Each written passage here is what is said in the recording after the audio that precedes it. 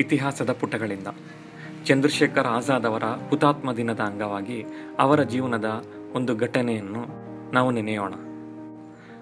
ಮುಂಬೈನಿಂದ ವಿದ್ಯಾಭ್ಯಾಸಕ್ಕೆಂದು ವಾರಣಾಸಿಗೆ ಬಂದಿದ್ದ ಬಾಲಕ ಗಾಂಧೀಜಿಯವರು 1921ರಲ್ಲಿ ಕರೆ ನೀಡಿದ ಅಸಹಕಾರ ಚಳುವಳಿಗೆ ಆಕರ್ಷಿತನಾಗಿರುತ್ತಾನೆ. ತನ್ನ ಸ್ನೇಹಿತರೊಡನೆ ಮುಷ್ಕರದಲ್ಲಿ ಭಾಗವಹಿಸಿ ಬ್ರಿಟಿಷ್ ಪೊಲೀಸರಿಂದ ಬಂಧಿಸಲ್ಪಟ್ಟಿರುತ್ತಾನೆ. ಬಂದಿಯಾಗಿದ್ದ ಚಂದ್ರಶೇಖರನನ್ನು ನ್ಯಾಯಾಧೀಶರ ಎದುರು ವಿಚಾರಣೆಗೆ ಹಾಜರುಪಡಿಸುತ್ತಾರೆ. ನ್ಯಾಯಾಧೀಶರು ಕೇಳುತ್ತಾರೆ, ನಿನ್ನ ಹೆಸರೇನೋ? ಈತ ಧೈರ್ಯವಾಗಿ ಆಜಾದ್ ಎಂದು ಉತ್ತರಿಸುತ್ತಾನೆ.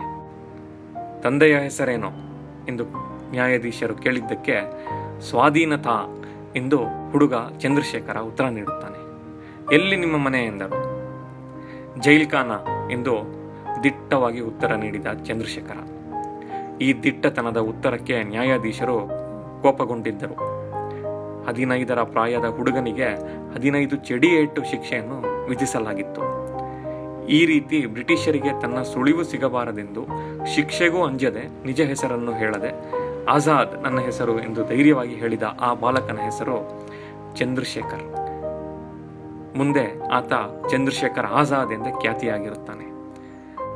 ಇವರೇ ಭಾರತ ಸ್ವತಂತ್ರ ಸಂಗ್ರಾಮದ ಮಹಾನ್ ಕ್ರಾಂತಿಕಾರಿ ಚಂದ್ರಶೇಖರ್ ಆಜಾದ್.